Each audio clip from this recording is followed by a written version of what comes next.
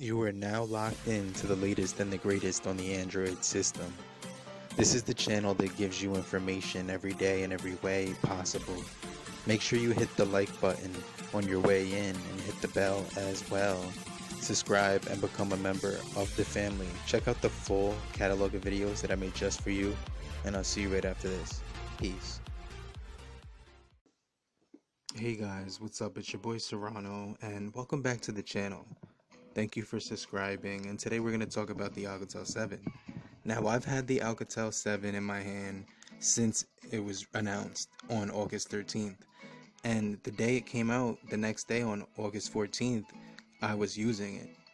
And my initial reactions to the Alcatel 7 were actually really good. I was surprised with a lot of the features. It was only 175 grams of weight, which was really light. It did not come with a removable battery. It had a plastic build, but the screen was a 2160 by 1080 display. It also did come with 402 pixels per inch, which was actually really stunning. Also, that 2.5D curved glass was phenomenal with a 75.85 percentage of ratio to body screen resolution. So basically what we're looking at is a great camera system.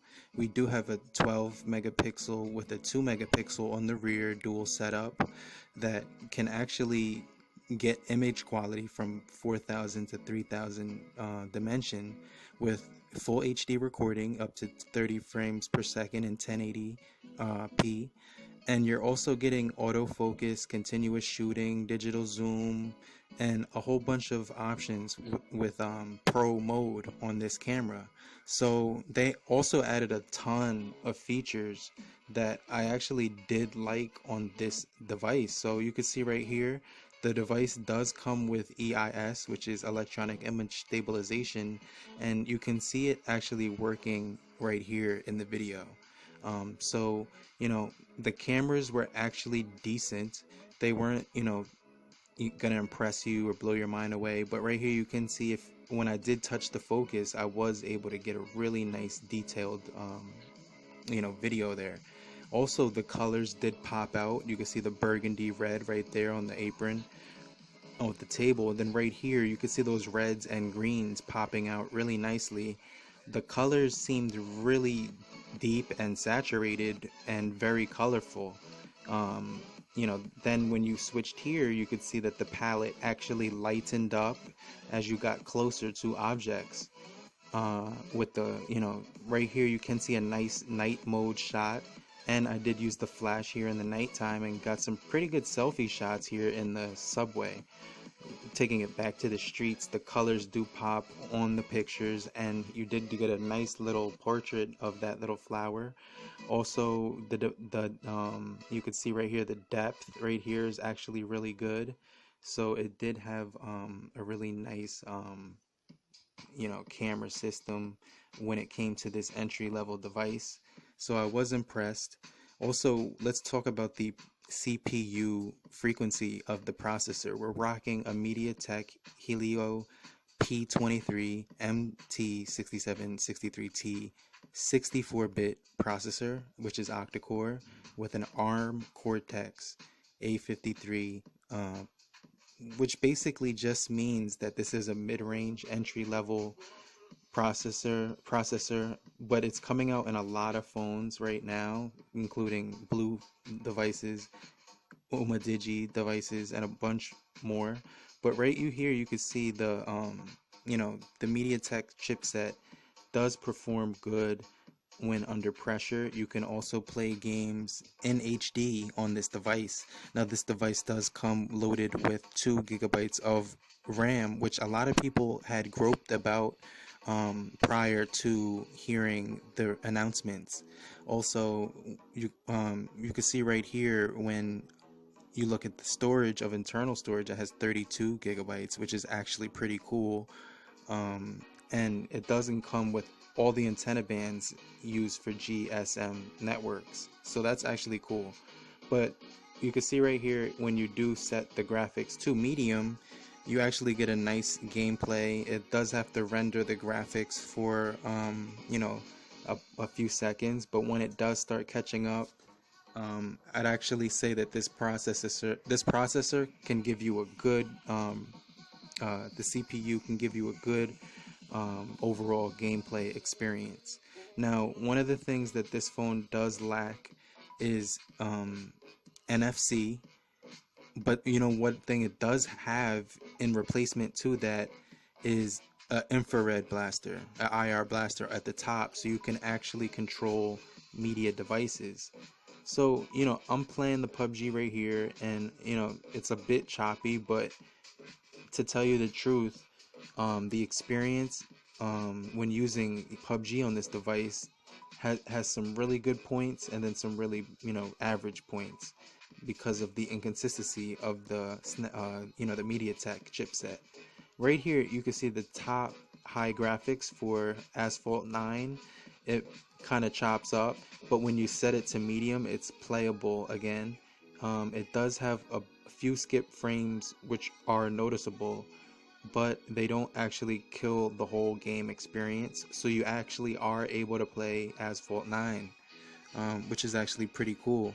So this is one of the higher intense graphic games. Also the 4000 millihour battery and a 3.5 millimeter headphone jack. Now you're getting at least 5.5 to 6 hours average screen on time when you're playing this game. So you can actually play this game for 6 to 7, sometimes even 7 hours SOT on this device, depending on, the usage.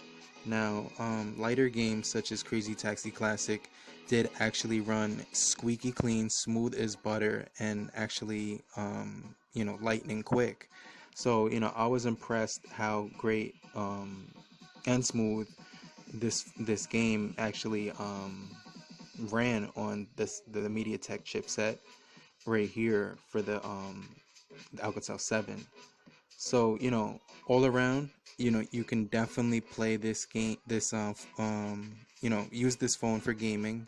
If you're into, like gaming on your smartphone and things like that, I can actually recommend the Alcatel 7 for gaming. Also, the body right here, you can see is plastic. It does have a nice build quality with curved edges right here on the sides. You also get a gripped textured power button with volume rocker and a system update which comes about every 2 months. This is actually the third one. The second one fixed the camera issues that I was having.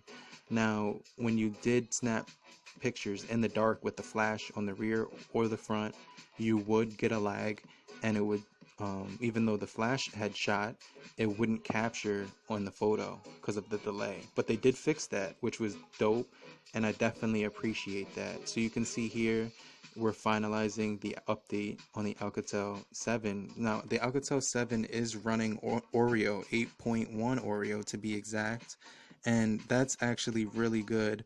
I definitely enjoy the Oreo on this device. It's really clean software. Now, there are some better stock experiences when it comes to software for budget phones, but Alcatel altogether, they didn't do a bad job when it came to optimizing their performance. And actually, the updates did help with the performance as well. You will notice some stutters during multitasking if you're putting the device to extremes of like usage and everything like that. But that's to be expected from the price point. Just looking at the display, you can say it's above average in its department. In the mid-range segment or even entry-level segment, 402 pixels per inch is unheard of. Also packed with an IR blaster equipped at the top and a 3.5 millimeter headphone jack, which isn't actually common in today's day and age, which is actually being eliminated. This device comes packed with all of that. So you're getting the headphone jack, you're getting some decent speakers, which we'll listen to right now.